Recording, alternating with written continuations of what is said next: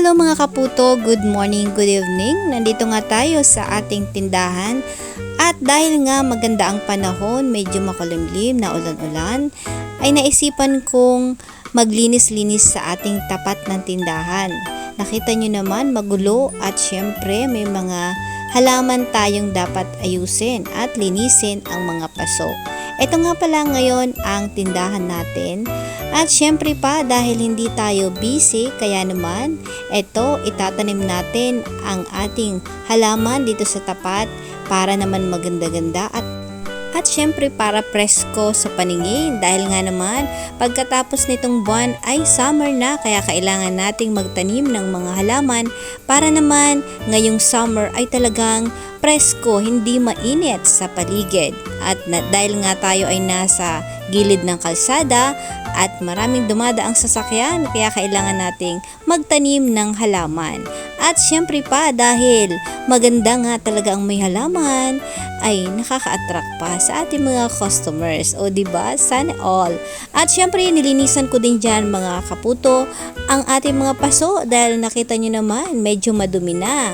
Ayan. At dahil nga naman hindi ko alam kung yung halaman na itinanim ay mabubuhay pa, kailangan nating lagyan ng pangalawang halaman. Dati mga kaputo ay walang halaman yan at syempre mga damo lang. Pero dahil nga naman ay nandyan na tayo nakapwesto ang ating tindahan, paganda-gandahin naman natin. At gusto ko sana yung medyo parang bakod na rin para naman yung halikabok mga kaputo ay hindi siya pumapasok. Pero dahil nga yan ang available natin, kaya naman yan na rin ang itatanim natin, o diba? At syempre pa maraming salamat nga pala sa nagbigay ng halaman na nakita nyo dito sa tapat. Yung medyo parang fireworks na yan, di ko alam ang tawag. Yung kapitbahay namin dyan, talagang binigyan ako ng halaman. Maraming salamat po kuya or manoy. At syempre pa sa magbibigay dyan, Becca naman. Alam nyo kasi mga kaputo, yung halaman talaga ay nakakatanggal yan ng stress, nakaka-relax. Kaya gusto ko talaga may mga halaman.